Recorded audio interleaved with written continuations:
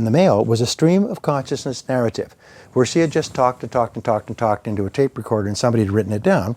It lurched all over the subject like a drunk going from lamppost to lamppost. Now, I contacted her and I said, well, what do you want me to do with this? Because I want to help, because my friend asked me to, and I always help my friends.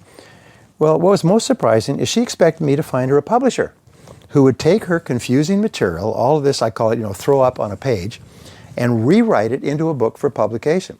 She was convinced that all she needed was an idea and a bunch of words on paper, and someone else would not only do all the work, but pay her a big advance as well.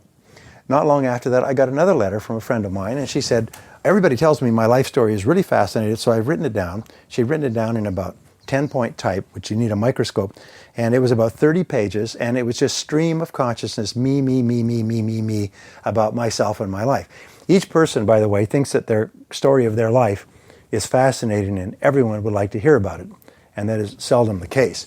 But anyway, she said, so I'd like to publish this and become an author. And I wrote back to her, I said, what you have here is, some personal revelations, get it off your chest and so on and so forth of your past, but this is not a book. This is not something that anybody will even look at. If they manage to even look at it, they'd open it up and they'd close it up quickly, like there was something awful in the package, and either throw it away or send it back to you if you enclose a self-addressed envelope.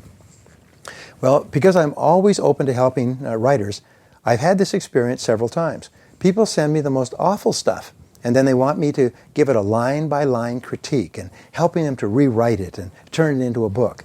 They want me to go through each chapter and recommend strengths and weaknesses and tell them how they can improve it and so on and so forth. They don't realize that this sort of thing takes many, many hours. There are professional writers, by the way, who just live off the ambitious author market, and they call them co-writers or writers for hire. And what they'll do is they'll say, yes, oh, this is a great book. That's wonderful. I'll tell you what, I'll write it into a book for you. It'll cost you $20,000 to $30,000 for me to do my writing, which works out to several $100s an hour for them. And I'll write it, and then you will be a big success. So just be alert to that, because it's not the way the world works.